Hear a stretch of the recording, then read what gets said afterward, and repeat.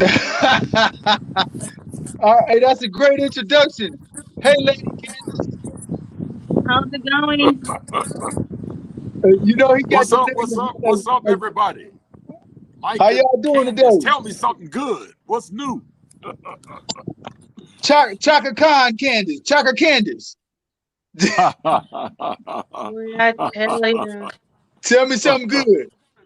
Nick, how was your week?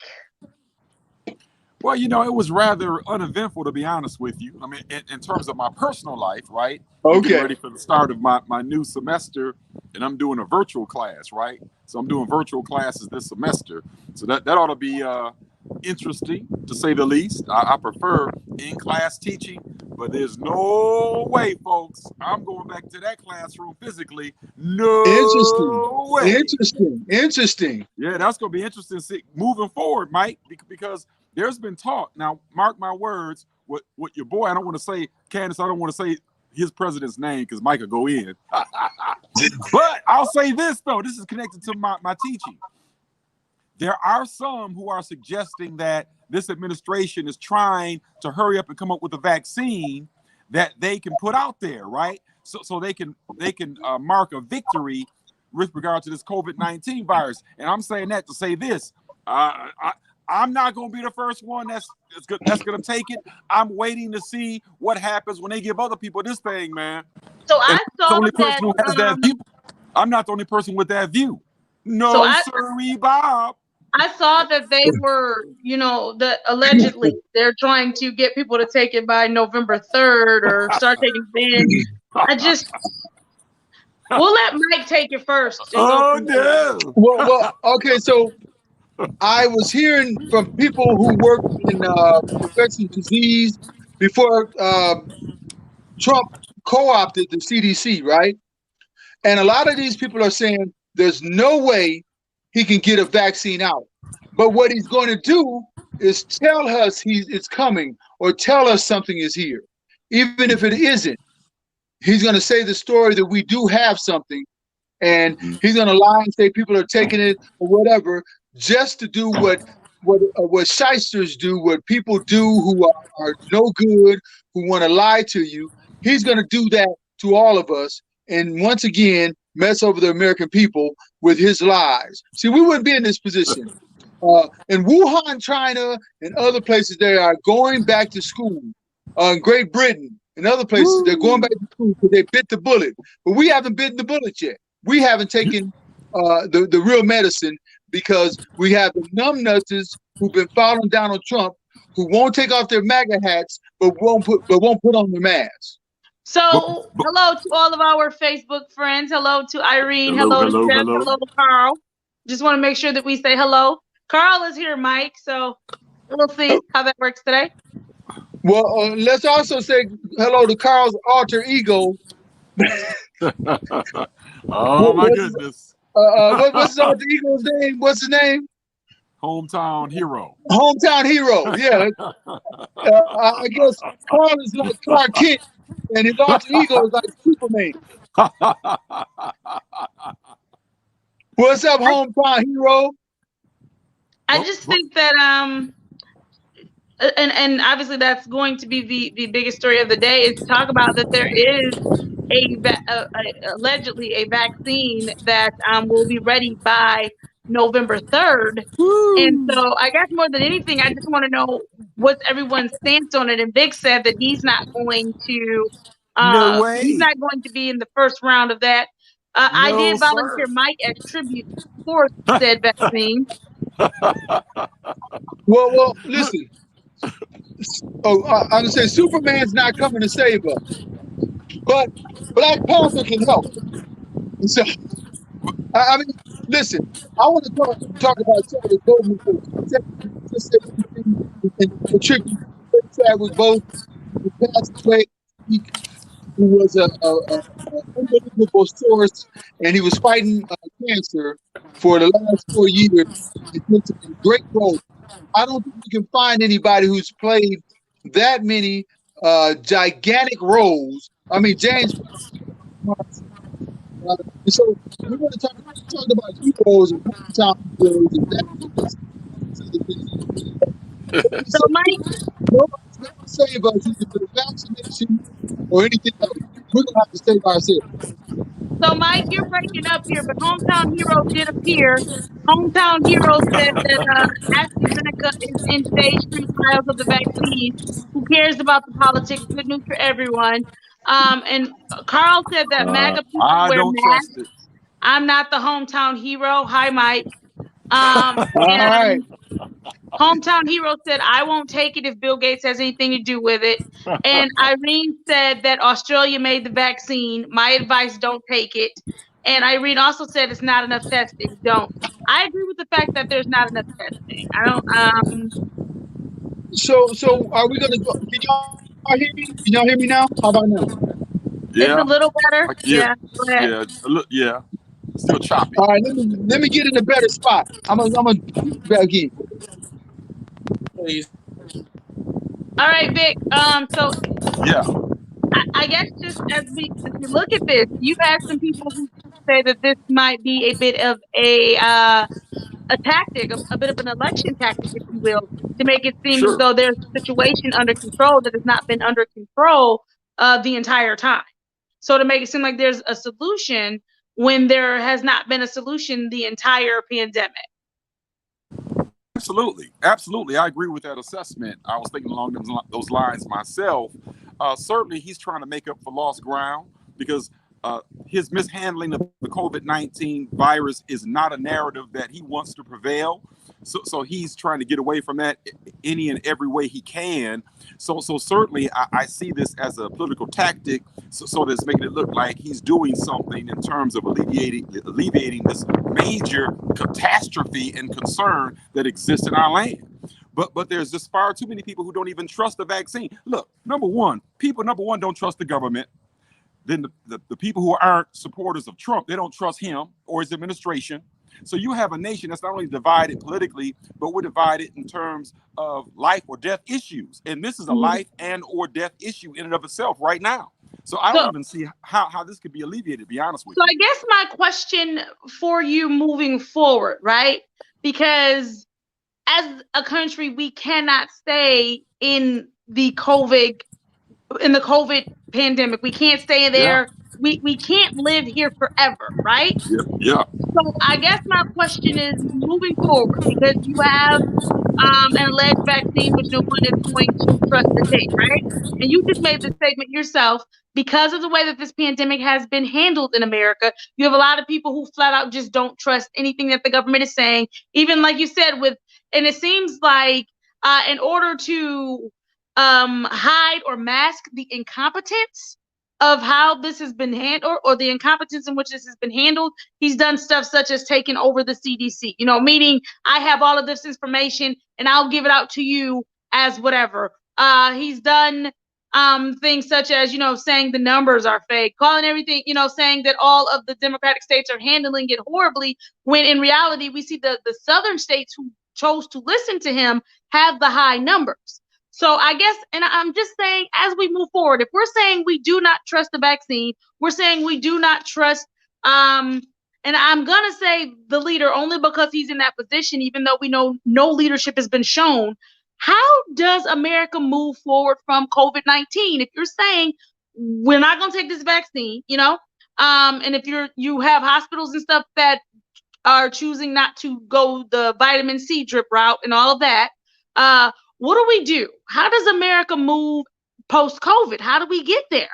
What's the answer? If the answer isn't going to be some sort of centralized plan that comes from the top down, and then you have a whole nation that's saying, well, I'm not going to say the whole nation because I can't speak for everyone. You are going to have some people who will take this vaccine, because you have some people who try to prevent themselves from getting it in other ways, and they end up harming themselves. So you have some people who will want to take this vaccine. But my question is, because we can't stay here, how do we move forward? What does it look like? Yeah, it's Candace, to try to answer your question. It's a perfect storm. It's a perfect storm, any and every way you slice it. Because we're living in an era whereby the very nature of truth has been questioned, right? We saw that on the first day of that this administration took the White House, right? they began to turn upside down the administrative state. And that, in fact, was their plan, to turn upside down the administrative state. That is the fourth turning, right? That's one of the aspects of the fourth turning. And they've been advocating for a variety of different things. But to go back to your point, though, I don't see how we can get out the woods anytime soon. We're highly divided as a nation, politically, socially, and dare I say, racially. We're highly divided, right? People don't trust the institutions in this country, namely the government. And if you have a person in the Oval Office who is going to try to use this top-down approach in terms of administering a vaccination, then you're going to have people saying, wait a minute, now the government's trying to tell me I'm going to have to take this. So I don't see how we're going to be able to get out of this unless the government somehow is able to rebuild and reestablish its credibility. Right. And I want to read a couple of the comments that we have from both YouTube and Facebook. Jervis says, hello, panel. If you and your family have to rely on your opposition for your health care, you are in bad shape as a people. Hometown Hero says that the pandemic, however good or bad, is not a failure of Trump. It's a failure of government as a whole. Government sucks at everything. Carl said, why trust any government, Candace? Look at Flint. Hometown Hero said, everything government does comes in a day late and way over budget. Carl said, moving forward has always been about herd immunity, not saving lives. The narrative was covered by a lie. And Irene said, it is the government's fault that they need to unite a nation and build trust, but that is unrealistic.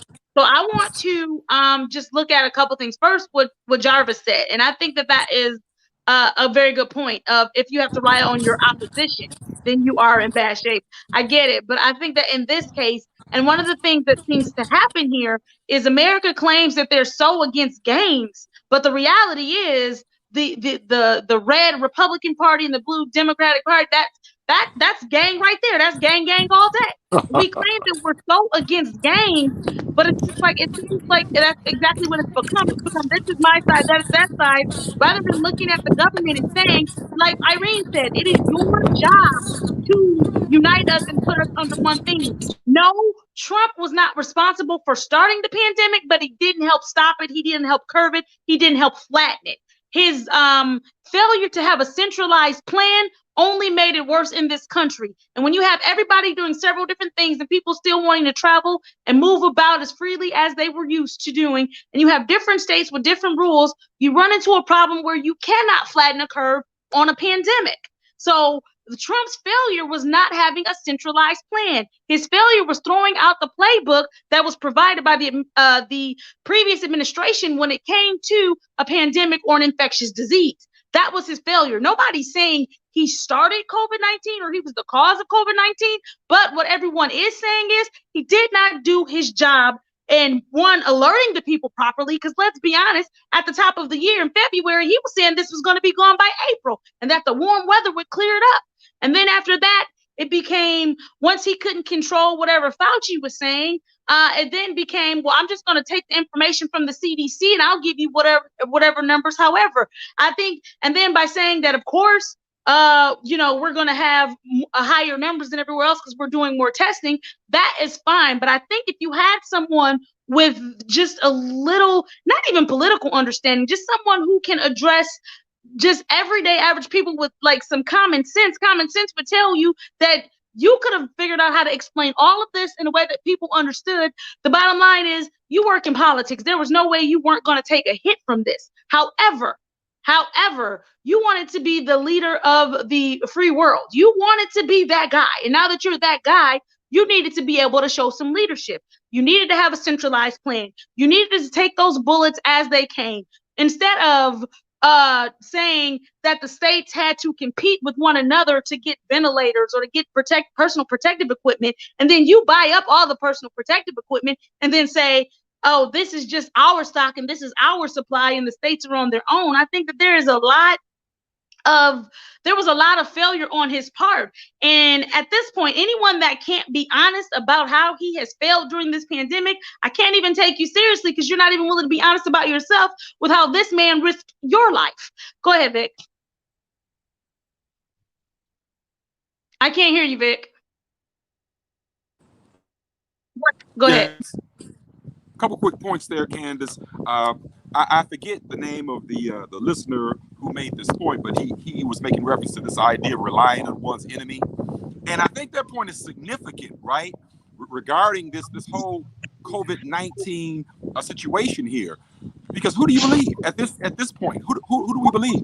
I think it's incumbent upon us as individuals, right, to be active versus being passive in terms of trying to figure out what's the best course of action to take with regard to a vaccine or something natural, right? Something holistic that could allow us to be cured from this COVID-19 situation here. Secondly, somebody mentioned this idea of herd immunity. There you go. To me, now you're talking. that smacks of sacrificing yes, possibly millions of people to the COVID-19 virus. All right. And if you've noticed, this administration was talking about this idea. Well, not this Yes. administration alone, but certain supporters were saying that, well, we're going to have to sacrifice some people so that we can Yes. move this economy ahead. That's very dangerous. So who are we to sacrifice, folks? I mean, who's All right, going to be so- sacrificed here? That's my point. That's my point, Brother Vic. Listen, herd immunity is what they're going for. If you don't believe it, look at what's happening. They don't want you to test. They're telling people to go back to school. You young people get infected, go back home and go wherever you want to go. Don't wear a mask. They are going for herd immunity, which means if you have 3 million people who are going to die of this, 2 million who are going to die out of 250 million, 1% is 2 million people. Mm-hmm. That's what we're looking at. Mm-hmm. And we He gotta said be let real natural serious about selection do its job. That's crazy. That is What's that? crazy. The survival of the fittest. That's what That's all he said was let natural selection do its job. Well, That's yeah. crazy. I want to read a couple of these Facebook comments. Let's see. And I'm going to pre-warn you, Mike, let me get through this first comment. Vic, let me get through this first comment because you're not going to like it. But let me get through it. Okay? Okay. First of all, let's see. Hometown Hero said there's no such thing as systemic racism today. There are racial anecdotes, but the data shows we aren't as split as the media makes it out to be. Hometown Hero also said the worst issue in America today is the idea that those that disagree with us are bad people, saying all Trump supporters are racist, as was said the other day, based on what? Most people are good. Irene said, you nailed it, Candace. Jeff said, what was the centralized plan? Jeff, there was no centralized plan. That was the problem. Right. Hometown Hero said, if we're going to be fair, Trump inherited an empty reserve of medical supplies from the Obama administration. I said, let me get through them. Hometown Hero also said he didn't risk my life at all. I made good choices and washed my hands. What's not being said is governors like Whitmer and Cuomo sent elderly COVID positive patients to nursing homes. That's why 42% of the deaths are from nursing homes. If we're going to be consistent, let's talk about that. Carl said herd immunity is a medical decision, not political. Oh, a medical decision that's made for political reasons. Carl, stop playing. The states were and should have been in charge, not Trump. This isn't a dictatorship. Every state handled it as though they were right, and it's clear who did better than others. Michigan actually did really well, but you're telling us to blame Gretchen for something, but go ahead. And then Jeff says, colleges want to go back long enough to charge full tuition and have those checks cleared first. So I think there's a lot to take in. I think there's a lot to digest. I think that we have to be honest about the fact that Hometown Hero doesn't want to have a real conversation. And then we can go from there. Go ahead. Okay, so let's talk about herd immunity for a minute. In Sweden, which is next to Finland and Norway, Sweden has a higher death rate than Finland and Norway. You know why? Because they were going for herd immunity. And that's a small country, and they lost many more people than Finland or Norway. Now, as to it being a medical decision, it is not. There is always politics when you decide to let people die. That's not a medical decision. And let's talk about the nursing homes. Shouldn't we be protecting those? Cuomo didn't have the equipment he needed. He made some mistakes. He talks about that. But they're not doing those things now. So what is Trump doing? still endangering people at nursing homes, still endangering people who are seniors, still endangering the greatest generation, the people that fought World War II, the people that went to Vietnam. They should be outraged that this president will let them just go somewhere and die. And they're the ones that helped build this country to the space that it is today. And anybody who's young, who's going back to school, who thinks it's okay to do this and to put at danger your grandfather, your grandmother, or somebody else's grandfather, grandmother, that is evil and that is wrong. And that is not what America's about. But if people are about that, talking about it's a medical decision, not a political decision, that is evil speak. That's what Russia does. That is what Germany did. And are we talking about like that, talking that way in America? We shouldn't be. That's crazy. This is the thing, though, where I beg to differ as far as you saying that the people from the greatest generation should be shocked or upset. America has shown the people from the greatest generation time and time again that they don't care about them anymore. America is the biggest what have you done for me lately, what war have you fought for me lately country I have ever seen when it comes to veterans. Like, let's be clear. Wait. Because this country will have you go off to war. You come back. You're not taken care of. You're not given the proper mental health assistance that you need. You're not given the proper financial assistance that you need. You should be treated like a hero. You should be taken care of for the rest of your life. And this country doesn't do it. So to really kind of be shocked at the handling of our elderly, again, I feel like the elderly were treated kind of with the same thing as anybody else, where they're talking about natural selection. Like, did you not hear Trump say even people with cancer, like, okay, go vote for me before you die, or you lived out your life? So it's like, what are you really expecting here? And why are the excuses still being made for somebody who has made these kind of statements? Well, I'm not making excuses for them. What I'm talking about is the reasoning behind how they think. A lot of these people think they wouldn't do this to me. There's no way they would do this to me. Now, you can go out and get all the guns you want, all the weapons you want, but herd immunity will still kill you, right? So these people think they're immune by getting more guns, getting more weaponry, making bunkers, and herd immunity will still kill you. This is the mentality that it won't happen to me. And we look around right now and it's happening to them. It's happening in rural Maine. Rural Maine. You know why? Because a pastor decided to do a wedding. They had like 100 people at a wedding. And now they've got an outbreak where a lady who's 75, 80 years old just died. She's a school teacher, pillar of the community. She's dead. Did you see the memorial in Detroit? This is what we have come to as a country, where 200,000 souls can die. 4 Vietnams can die. And people blink an eye at it and bat an eye at it like it doesn't mean anything. Just the fact that that is going on tells you we are in a different space, a space of uncaring. And that comes from the top down. That's the president. He doesn't care about you. He doesn't care about veterans. Did you hear what he said about veterans this weekend? Like, you're a sucker if you're a veteran. You're a loser if you fought in the war and lost. That's why he talked bad about John McCain. That's why he talked bad about McMaster and the other generals. He couldn't stand those guys because he figured, why would you go out and fight for free? He definitely made fun of John McCain for being captured. He definitely did that. He made fun of George H.W. Bush for being shot down. He did. He definitely did that. He wanted to disown his own son if his son wanted to go into the military. Donald Trump's father told him he would disown him if he went into the military. That's why he got 5 deferments. This is the evilness that we're dealing with, and these people still back him. It is insane to me, and it's crazy. Well, I'm going to read a couple of these comments. Hometown Hero said, where are we?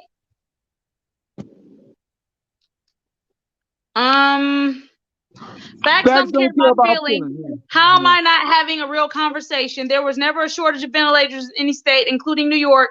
Ventilators. Cuomo said that. So first thing I'm going to do, because I'm going to stop there. Once you tell me a fact, I'm going to assume that you are out of your feelings, because right now, hometown hero, you are not spitting facts.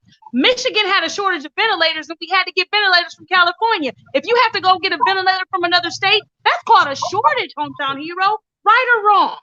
That's a shortage. Is that not the definition of a shortage? I have to go get it from somewhere else because I don't have it here? Stop it. And in the meantime, while you had to wait and go get those other ventilators, we don't know whether someone died or not. Stop acting like you're speaking facts when you're sitting up here trying to add to confusion. Again, when you are ready to have a real, honest conversation, I'm here for it. But right now, what you're doing, it's not honest, it's dishonest. And it's counterproductive. We don't even have to go there. 1,000 people a day are dying right now when it's supposed to be an overabundance of tests, supplies, ventilators, masks, and everything else. But 1,000 people a day are dying. Please explain that to these other folks. Now, first of all, they'll say that's a lie, but don't get me started with that. You got reports all across the country of hospitals of people dying of COVID. 1,000 people a day are dying of COVID. That's a fact. You can't get around that. So then, let me jump in. Let me jump in, folks. Let me jump in, folks, and get in on some of these points that these guys have been raising regarding this whole idea of herd immunity. To me, it smacks of eugenics. It smacks of eugenics. Right. Let's get rid of the bottom feeders. Let's get rid of the useless eaters and whatnot. That's really the kind of mindset that speaks to be honest with you. But regarding this idea of systemic racism, look, systemic racism led to America's original sins, right? When we talk about the killing off of the Native Americans and the enslavement of Africans, let me tell you something. To this day, this is the biggest issue that we're facing in this country. And unless and until America is willing and able to admit what America had done, this problem will not go away. Because in essence, we're dealing with this whole idea of racial caste, right? You know, Michelle Alexander talks about it in her book, The New Jim Crow, and also Isabel Wilkerson has a new book out that deals with caste, the reality, and the situation involving racial caste in American society. Unless and until America deals forthrightly with that, like I've been saying for the last few weeks, it's not going to look good for this country, because this country is officially a cleft nation. And a cleft nation is a divided nation. And I'm looking for the day, right, when there might be somebody on the national scene that will try to bring this country together. We can't wait on them. The people have to respond now. It's up to the people, because these politicians have showed us how they get down. I'm not into hero worship. I'm not looking for somebody to ride in on a white horse to save me. I'm going to save myself. Vic, somebody's not going to be the guy that's in the White House. I do agree with the fact that what you're saying, what you say every week about it's power to the people and it's on the people. That's why I can't stress enough that they work for us. So it's crazy when they start passing laws that don't work for us. So it's crazy when they start doing all this other crazy stuff, because they work for us. But I think when you have people like Hometown Hero who are saying that racism doesn't exist on a systemic level, you can't have a real conversation with that fellow person, because they're not even being honest. Yeah, all right, so listen, absolutely. Here's an example. McDonald's. 1/5 of the sales for McDonald's come from black people. In 1998, McDonald's had a big backlash from black, and so they began to do franchise. And they had about 260 franchises in the mid-90s. 98, 2000, early 2000. Guess what? How many? There are 260 back then. You know how many McDonald's franchises there are today that are black owned? 156. Systemic racism. And Mike, to your point, to your point, there's a huge lawsuit that's just been filed by black franchisees. It's a $1 billion lawsuit that's been filed against McDonald's due to McDonald's systemic racism. That's right. Systemic racism. Now I can go on. We can talk about housing discrimination. We can talk about the penal system, the legal system, the court system, law enforcement, schools, all of that. We know the justice system and everything else. We know it goes on. But think about what these people are doing. We know it goes on. And until let me give you an example. Most black police officers don't work in the neighborhood. Most black police officers work in white neighborhoods, because there are more white neighborhoods than there are black neighborhoods, right? Most True. black police officers in America come in contact with white folks. Why aren't there any black police officers shooting down white people? Why aren't there? No doubt. Where's the video of white unarmed men getting shot down by the police? There are videos of white armed men getting shot by police unlawfully, right?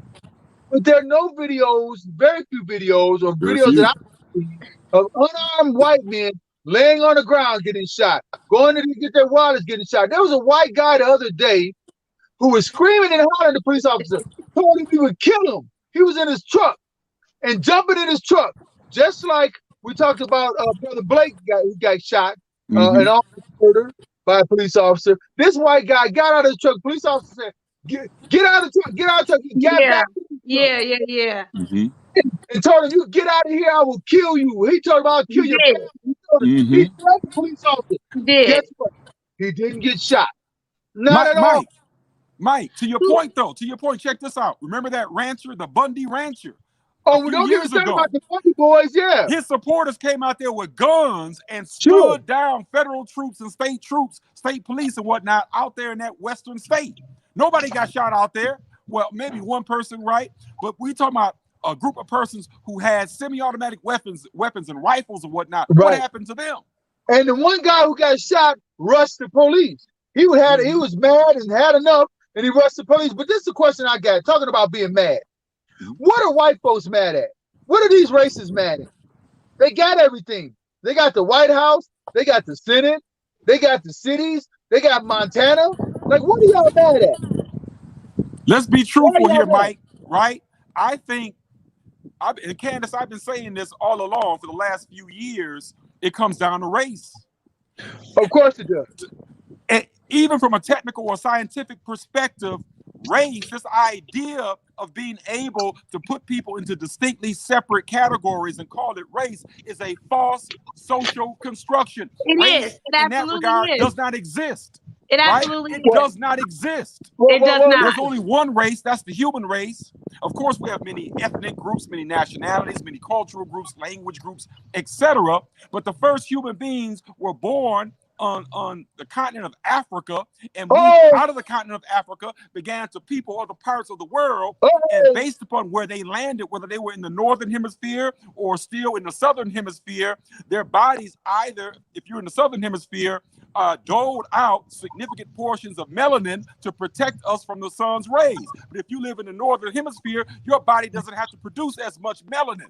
We're grasping at straws, and that's, from a psychological standpoint, that's very interesting that we would embrace a lie in this country, and that's the existence of races. I want to real quick, I want to read some of these comments, but then again, I want to stay there because I talked about this on my Facebook page last week. I talked about this with a couple of my Facebook friends of you're so busy fighting the argument of racism that you don't even realize white, Hispanic, whatever, if you are not wealthy, you are going to suffer in this country, and that's how it's built. But they came up again with the construct of race to make it seem like, well, at least you belong and you're not as bad as them, even though you're next door and you don't have anything either. I think that that's what we have to look at.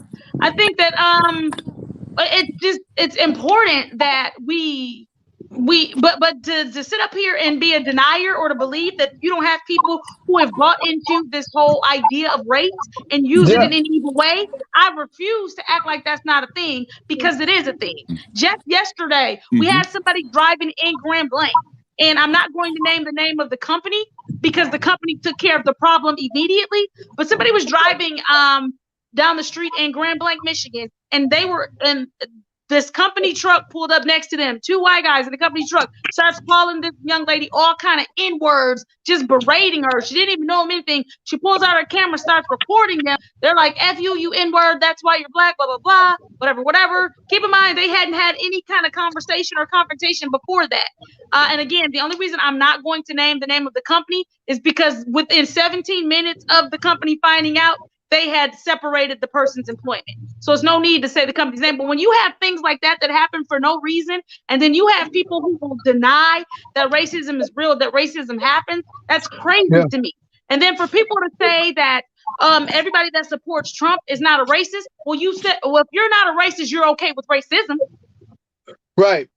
Well, You're okay I call it because we're not going to act like he doesn't sit up here and race bait and do things and speak in coded language and all this other stuff.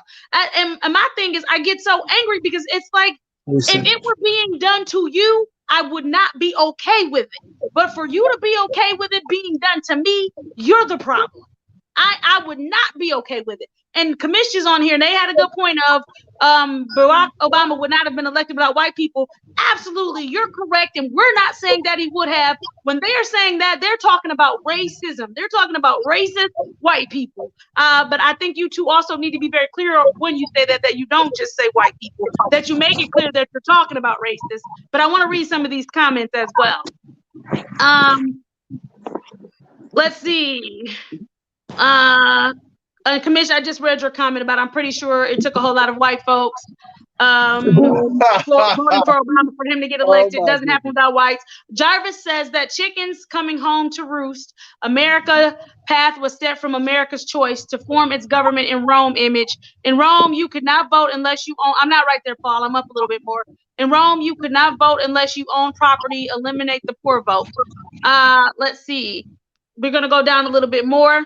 Kamish says there are racist people, white and black. Kamish, I'm going to challenge you on that, and I'm going to tell you why. Irene says, don't these people realize even Jesus is black? So ignorant. And then Hometown Hero said, that's a misrepresentation. I said the racism in the U.S. is not systemic, so what if other racist clowns running around Grand Blanc spit on them and move on? The system firing them right away is the real system moving the foolishness. That's not true, Hometown Hero. And again, you can throw whatever tantrum you want to throw in the comment section, but as of right now, I'm going to tell you that you're not being realistic, and I don't know why you want to have a conversation as if systemic racism is not real. I don't even have time to entertain that today. Kamish, you said there are racist people, white and black. The only reason I'm going to challenge that, Kamish, is because I think that this country isn't clear on what the definition of racism is. Racism is if you are actually in charge of a power structural system to which you can oppress someone.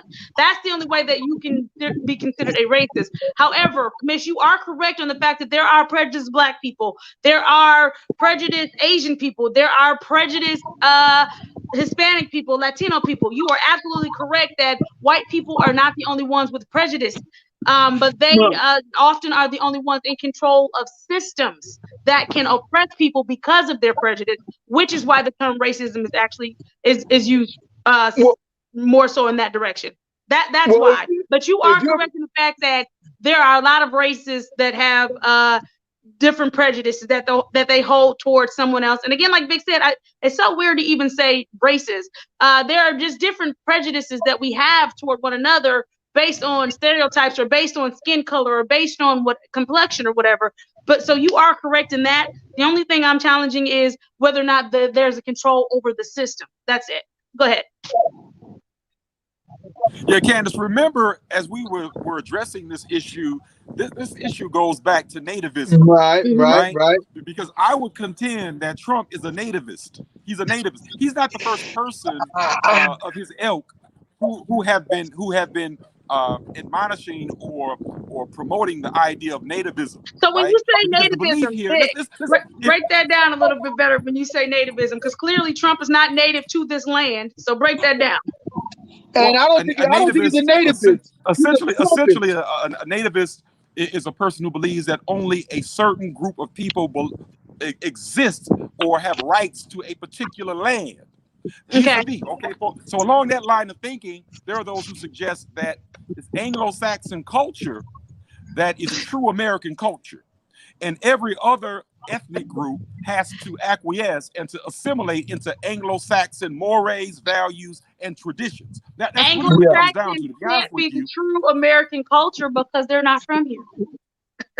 Right. But the point. I'm talking about the golden rule now. He who has the gold rules. I hear you. You're right. The power group in this country historically has been the Anglo-Saxon.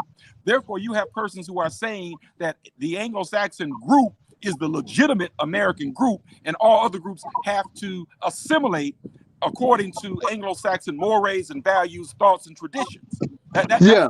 That's where certain people are saying, right? So in as far as nativism is concerned, if you're black or if you're Mexican or what have you, then you must acquiesce to those norms and values, right? Well, That's just the well, definition of what we're dealing well, with here, right? well The Donald idea, Trump, the concept, but also this president has been pushing xenophobic ideas. Right. Right. Xenophobia has been the order of well, the day. And that's well, why we have Mexican children in cages and things of that nature, right? well, Don't well, bring but, up This the but is cages, this Vic, because this they're is gonna a start talking about they're gonna this is a start talking about response to the Obama shift. with the cages. but Don't but bring up This, the cages. this is a response to the shift. This really is a response to the browning of American society, to be quite Right. honest with you. Go ahead, Mike. all right. So Donald Trump is, in my opinion, and maybe kind of a nativist, but he's really a Trumpist. He only cares about Donald Trump. That's it. And whatever works for Donald Trump, whether i.e. Stoking racial fears, whether talking directly to suburban women, whether lying on every move, whether having the Attorney General of the United States of America say he doesn't know what voter fraud is, right? The Attorney General of the United States of America says he doesn't really know what voter fraud is. This is insanity, but let's be clear.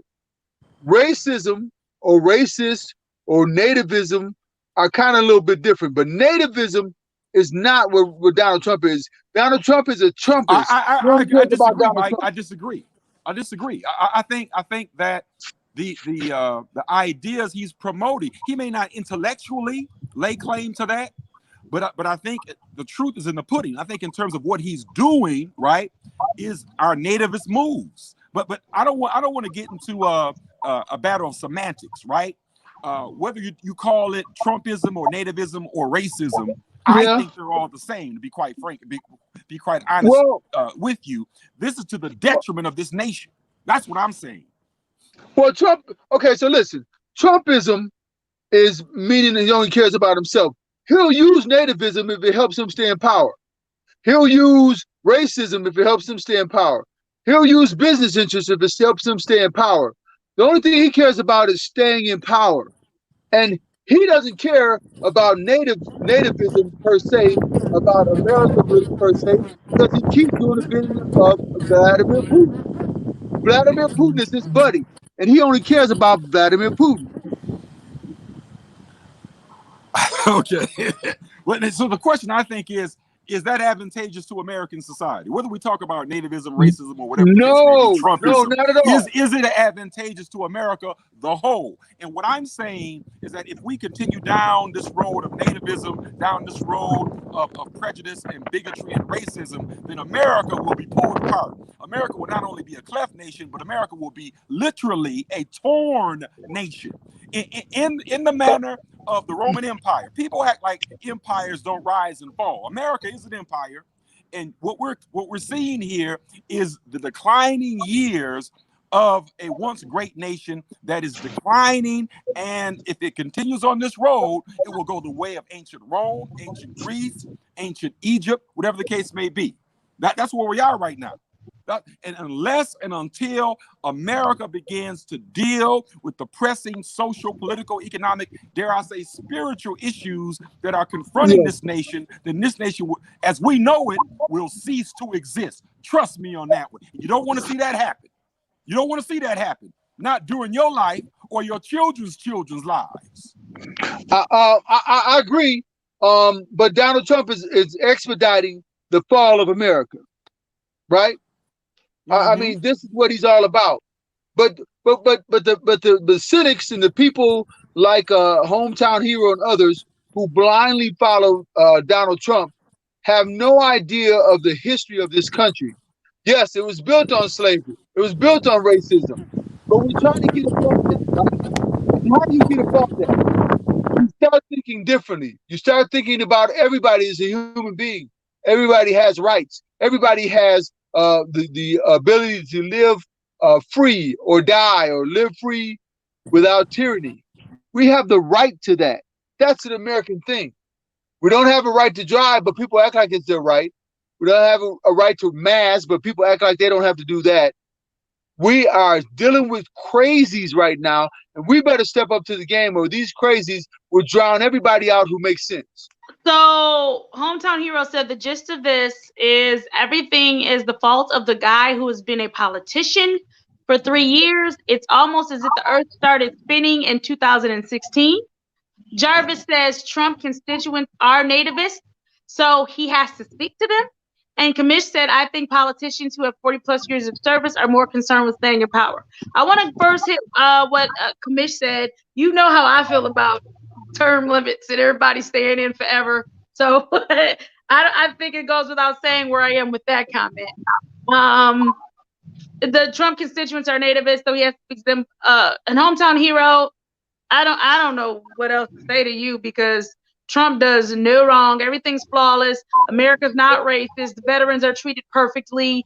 There were no shortages as far as ventilators. The pandemic was handled perfectly as far as you're concerned. I don't even know. There's really nothing else left to talk about. Nothing was his fault. There should have been no centralized plan. He has shown complete competence. Everything he's done has made complete sense to you. And I don't even know where you start talking to a person that says systematic racism doesn't exist. I don't even know. I don't know.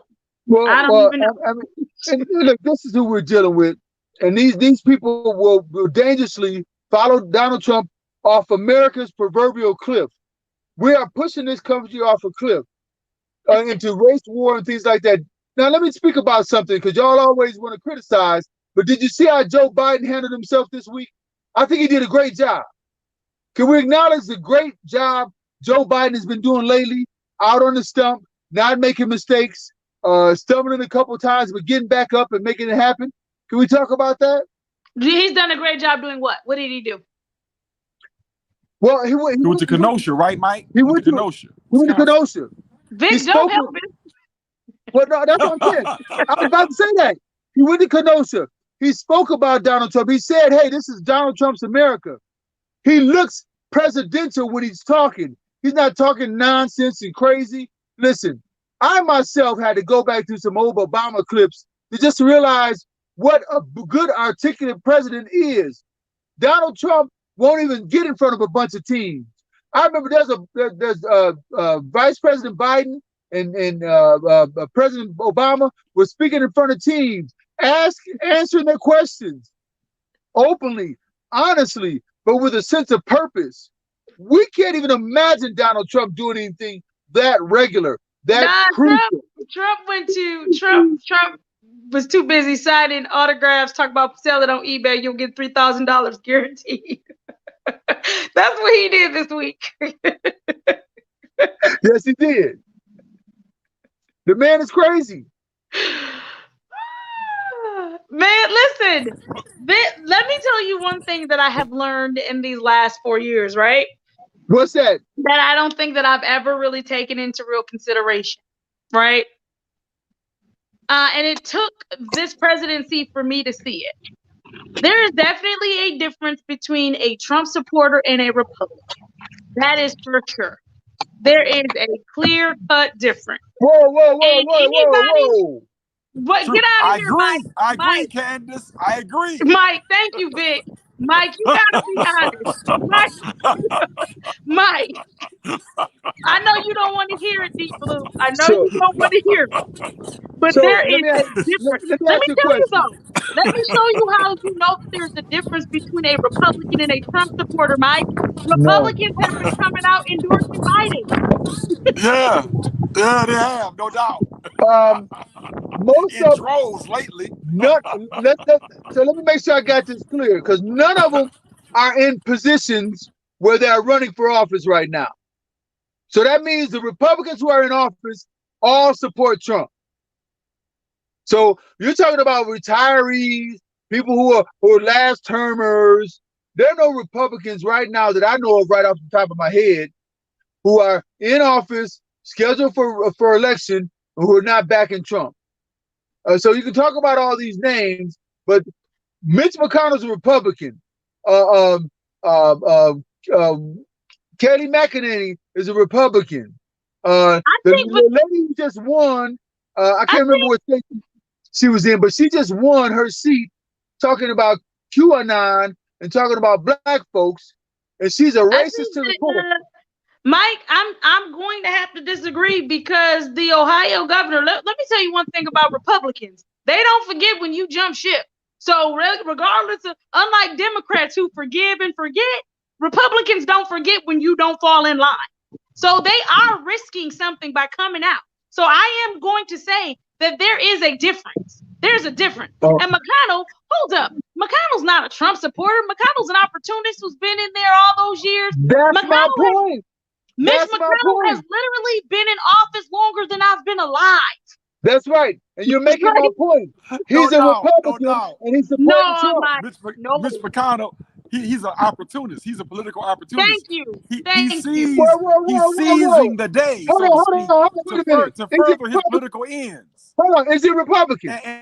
Yeah, he's All right, Republican. that's my point. But this is political, right? I mean, McConnell's interests are intersecting with Donald Trump's interests, whatever they are, right? But to Candace's point, I think you're onto something, Candace. I think that the Trump supporters, they're a part of a culture. They're not a part of a political party. This is a culture. I agree. I think there's a difference, Mike. There is a difference. There's a marked difference. Y'all are letting these Republicans off the hook for their racism. We're not letting them off the hook. I'm not saying that. Wait. Where did I say I was letting them off the hook? You didn't say it. This taught me that there is a difference. There's a difference. Okay. Yes, there is. Because remember, Mike, remember this, Candace, going back several years ago, this all started. I would say that what's my man's name? Barry Goldwater is the ideological father of modern day conservatism, right? But to bring it up to the present, I would say that Trumpism began with the Tea Party movement. It began with the Tea Party movement because it was a political coup d'etat. They took over the Republican Party. That led to birtherism, and that led to Trump beginning the process of trolling President Obama at that point about his birthright. They still got an R in front of their name. They're Republicans. And they're low down. We understand that, Mike. We understand that. Okay. But we're saying, look, I know this real guy. I know people who were a part of the Tea Party movement, and they were saying that they wanted to throw the political bums out of office. Those establishment Republican people out of office. And they did it. And that's what they did. They either threw them out or they drove them out. They voted them out, threw them out, or drove them out. They had a purge. Yes. Paul said that he wishes he could be a Republican, but he doesn't have enough money. I don't even think that. I'm gonna be honest. I don't even think that if I had the quote unquote, because that's so stereotypical to say about a Republican. But I don't even think that if I had the money, I would be a Republican. Just because there's so many other things that happens that I don't agree with. I don't think that I'm ever gonna get enough money to where other people don't matter. I don't think. Well, this is why I got a problem with the Ice Cubes and some of these P. Diddy and some of the rest of them. I'm not saying they're going for Republicans now. What they end up doing is hurting the greater community by talking and arguing about something with Democrats. I don't see none of these people demand anything from Trump, but you want to keep demanding things from Democrats who are not in power. I do agree with that point, and I'll raise you another point though. Okay. That has been made as well. Why is it now that it's Joe Biden, all of a sudden they have a problem, but when it was Obama, it was go vote for Obama? Okay. Well, they're still Republicans. Okay, that's fine, Mike, but I asked you a question. When it was Barack Obama, it was go vote for Barack Obama. But now that it's Joe Biden, they want to act like, well, what has the Democratic Party done for us? So if that is your case and that is your argument, then you're arguing that you led people astray by telling them to go vote for Barack Obama. Like, you can't have it both ways. They can't have it both ways. Wait, you think Republicans came out and there were Democrats who went for the Republican Party, and now they're coming back home. But most people are Democrats, Candace. Most people are Democrats. So we had a lot of white women in the suburbs. That's why Donald Trump, he's talking about white women in the suburbs. The white women in the suburbs said, hey, you know what? I like Obama. I like what he talks about. But this Trump guy is really the same guy, just a kind of different Look, coin. He's going to shake up the place. I'm okay with that. And they voted hey, for him. but Now they're Mike, coming back home. but Mike, 2018 but shows you Mike, they're coming back home. but Mike, how do you explain increasing? No, well, I may be careful about saying increasing numbers of black people, but there are some black Trump supporters, and there are Yeah. some polls that suggest that he may get up even during this time period upwards on the high end to 20% of the black male vote. Okay, And real some of quick. those celebrities I that you're wanna talking I wanna about I read. don't are know. Trump That's supporters, those Hold are on. Russian. Those like are Russian Mayweather, talking points. like Those are Shaq. Russian talking points. I bet I'm you. just saying. I'm just saying. Let's make a. Let me Can answer we my make own a? question, Mike. Can I we make think a the reason gentleman's wager? why some Can of we those make a rich gentleman's black wager? celebrities are backing him is because they were making money during, for whatever reason, during his administration. So they're voting with their pocketbook. So Go. I want to I'm read not this. saying I would. I'm saying that's what they're doing. I want to read this comment, and then Okay. I want to comment to this comment. Okay. All right. Somebody from YouTube, Hansi said, Hansi Skewer, I don't like Trump, but at this time with global socialism creeping in, he's the better of two evils to guarantee we resemble a free and safe society without censorship from the feelings police. Oh Hansi, no. when I read that kind of stuff, this is what I see. I see you're okay with him saying grab women by the P word and that men should treat women as if they're nothing.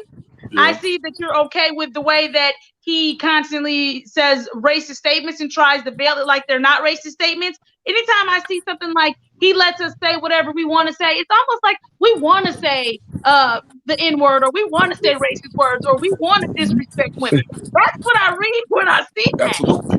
Like, And I Yes, don't and the understand. you are question. reading Hold on. correctly. You are I reading don't correctly. understand what exactly the feelings police means and what censorship you don't want. Because the things that come out of his mouth are the very things that divide us as a nation. So help me out. You want to be divided?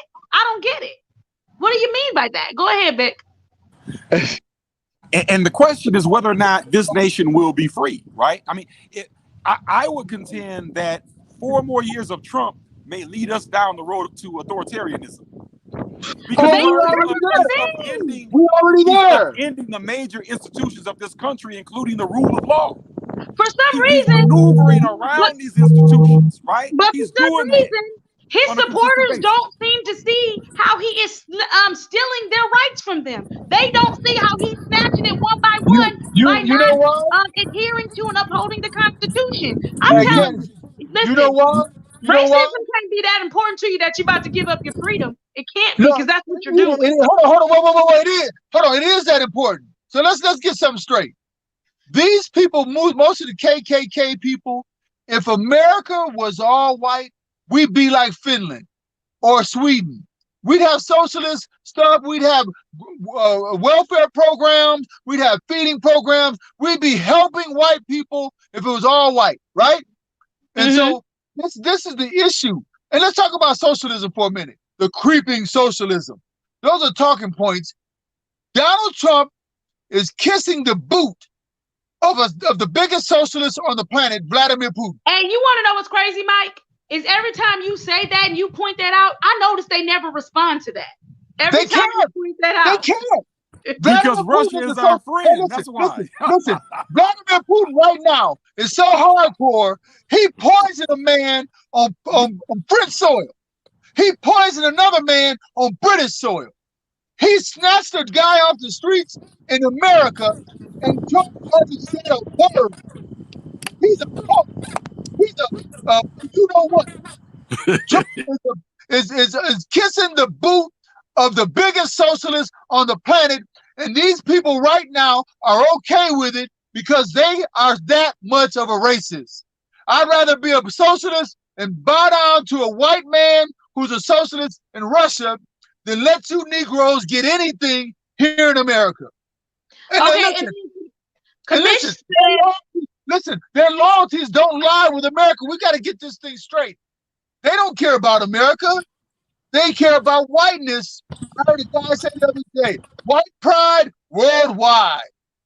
That means Smith said that he's taking the under 20% on the black vote. That he's taking the under on the 20% black vote as far as Trump is concerned. Give me And that.